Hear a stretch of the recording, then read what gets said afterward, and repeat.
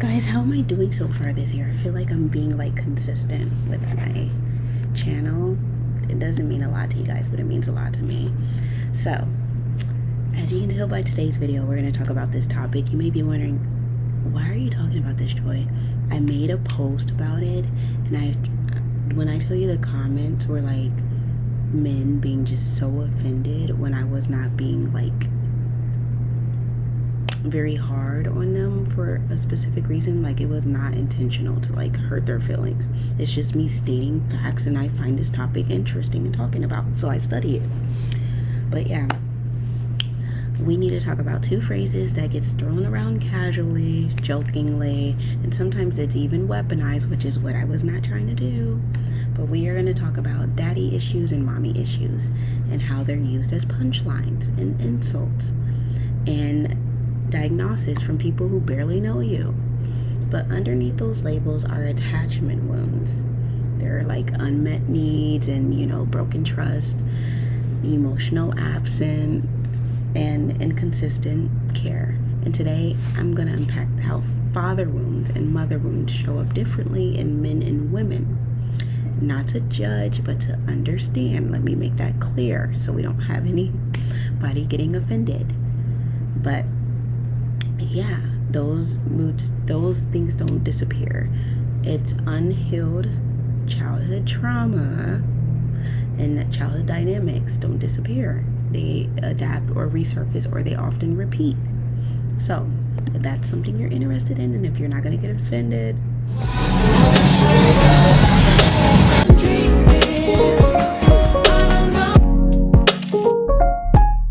hey, what's up, you guys? Welcome to Joy Serendipity. If you're new here, definitely subscribe. You won't regret it. And I'm going to be careful with how I deliver information. So we're going to talk about what these terms mean first. So let's remove the stereotypes of daddy issues and how it usually reflects to emotional pain connected to like a father figure, like him being absent or inconsistent or rejection, criticism, blah, blah, blah, emotional unavailability or abandonment, okay? And let's remove the stereotypical things from mommy issues, and it typically refers to the wounds like tied to a mother, like over-controlling, emotional neglect, enmeshment, and instability, and perfectionism or conditional love, okay? Neither term is clinical. Both are shorthand for attachment trauma, okay? And I've talked about attachment like styles. And attachment theory tells us something important. The way caregivers show up because our template, like it becomes our template for intimacy. It's subconsciously that.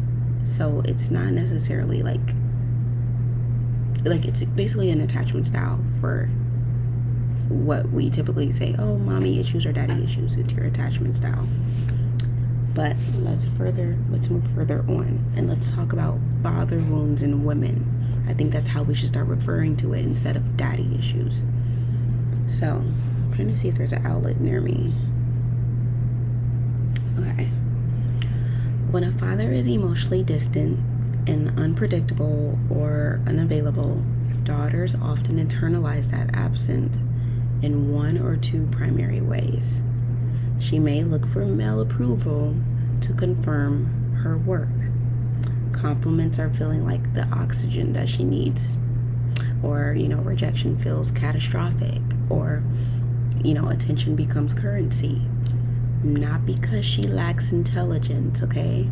It's because her nervous system learned that love is inconsistent. The second pattern could be hyper independence, which is the opposite of the whole thing. Instead of chasing approval, she rejects reliance altogether, okay? I don't need anyone. I can do this myself. And it becomes armor. Vulnerability feels unsafe. Independence feels humiliating. It's humiliating depending on people. Both patterns stem from the same root, and it's an unmet security. One pursues closeness intensely, and the other avoids reliance completely. Two different things, different strategies, identical wound. Okay? Let's talk about the father wound in men, because it's not talked about. It's often thrown as a cut deep insult to women, but they often forget men deal with father wounds as well. We're not going to say daddy issues. Okay. When boys grow up with distant or harsh paternal figures, the impact looks a little different than women. Many internalize performance-based identity, right? So they tie their value to their achievement, or they connect respect with dominance, or affection equals being weak. Like, have you ever dated a man who doesn't show affection, and then later you find out, oh, father's not in his life? Makes sense. Emotional suppression literally becomes their survival, and instead of expressing sadness, the two prominent emotions in her is like frustration, and then it turns into the anger. Or like, instead of them admitting, oh, I'm scared, or like they have fear, they detach a lot. They run. Some men replicate the same emotional absence they experienced, and others spend adulthood chasing approval from authority figures, right? Bosses, mentors, competitors, and they're trying to earn validation that will never come. Again, not because a character flaw, because early modeling shapes relational expectations. Okay, so those are the two like genders, like male and woman, male, female, experience father wounds, or what the daddy issues. It's a little bit different, but kind of similar. They're chasing validation from others. For men, it's people in high roles. For women, they're searching for it in like a man, and it's never gonna occur. Okay, let's move on to mother wounds. Mother wounds, and we're gonna shift it a little bit. Mother wounds in women. When maternal relationships involve like criticism, competition, or like their warmth is conditional, daughters often develop perfectionism tendencies, and like achieving something becomes their proof of being loved, like lovability, and they feel shameful when they make mistakes, and comparison feels very constant with anyone in their vicinity. If a mother was emotionally unpredictable, the daughter may become hyper attuned to others' moods. They're like scanning rooms, they're anticipating conflict, they're prioritizing harmony over authenticity, or she may struggle with identity entirely. And enmeshment, where boundaries are typically blurred, can create confusion between self and others. And decision making feels overwhelming because autonomy was never fully encouraged from the mother. So she may overfunction and like overgive to people, which will lead into like her relationships. And she's not doing it for applause, she's doing it like for security, because she like had to like do that as a child, like those habits formed. Now let's talk about the mother wound in men, because I've seen this one isn't often talked about, but like it's huge. Men shaped by overprotective or emotionally intrusive maternal dynamics often struggle with how do I want to put this? I don't know. Let me think how I want to put it, because like I just had a brain fart. If a mother was controlling or excessively involved, independence may feel threatening for that guy. Some gravitate toward partners who replicate that dynamic. I've seen this firsthand. It's actually, yeah. So caretaking, managing, organizing life. Others rebel completely, avoiding emotional closeness to escape perceived control. If maternal affection was inconsistent, attachment anxiety can surface. Fear of abandonment, jealousy. Sorry, I just got a message. Jealousy, reassurance seeking. Again, patterns are adaptive. They form in environments where safety require adjustment. So that's how Men have mother wounds, and like they look for the nurturing roles in women, and not in the sense of like a husband looking for a wife, but like literally, I want you to be my mom. That's how they look. So yeah, that is funny. Hold on. Okay, so here's the key difference in expression and where it gets nuanced. Women's attachment wounds often manifest relationally through closeness, validation, overextension, and perfectionism. Men's attachment wounds often and frequently appear behaviorally through avoidance, achievement fixation, emotional restriction, and control. This difference isn't biologically destiny. It's social conditioning layered on top of childhood experience. Girls are encouraged to express our emotions, like be vulnerable. Okay, and boys are rewarded for stoicism, like even in the workplace, like be stoic. So the same wound wears different masks. One cries and one withdraws. Both are hurting equally. That's how those are expressed. And unless you do the work, it's going to be like that for good.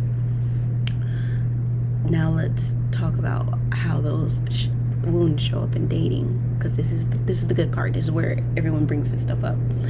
In relationships, father wounds in women may appear as choosing emotionally unavailable partners, confusing inconsistency with chemistry, over-investing early, seeking reinsurance frequently. Mother wounds in women, they may showcase as this: over-functioning in partnerships, taking responsibility for everyone's emotions, struggling to receive support. Men wounds in men, like when they're dating, appear as this: difficulty expressing vulnerability. Dated a few guys like that. Equating control with strength. Dated a few guys like that. Avoiding emotional intimacy. Dated a few guys like that. The mother wound when they're dating shows up like this: fear of engulfment, attraction to nurturing yet dominant personalities. I've seen that firsthand. Anxiety around abandonment. None of these patterns make someone broken, but they do indicate unmet development. You know, they didn't do the work healing from that, so it's going to carry on into their adulthood, and when they're dating, it's going to be even stronger. The healing is going to look different. Healing father wounds often involves redefining worth outside of validation, learning that affection doesn't require performance, okay? Understanding that attention is not the same as love, building internal stability. And healing mother wounds often involves boundaries, separating identity from expectations, allowing imperfection, because there's this whole thing of women competing against each other in society, doing this and that. There's a whole story. I go on and on about this on my social media platforms. But yeah, you're also, when you're healing mother wounds, you're developing autonomy without guilt. And for men, healing frequently requires emotional literacy, like naming your feelings and tolerating vulnerability and redefining what masculinity beyond suppression is. For women, healing often requires unlearning overfunctioning, letting others carry the weight, letting go, letting them take the wheel, receiving without earning, and choosing partners who feel calm and not chaotic. So that's why I did this whole post, because it's not me throwing people under the bus, or but I just hate when like I seen it firsthand where men are like, oh, she got daddy issues, stay away from her. No, stop using that as an insult. She just didn't do the work, and she didn't take the time to understand why she is the way she is, and it's hurting her.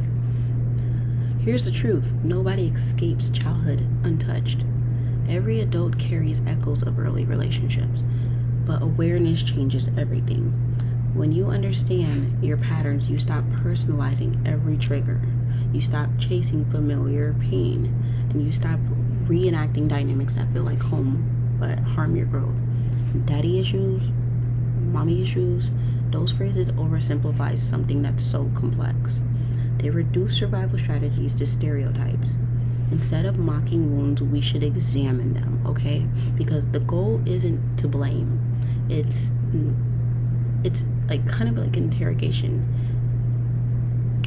You are not conditioning, or you are not your coping strategy. You are a person capable of rewriting relational templates, and that's it.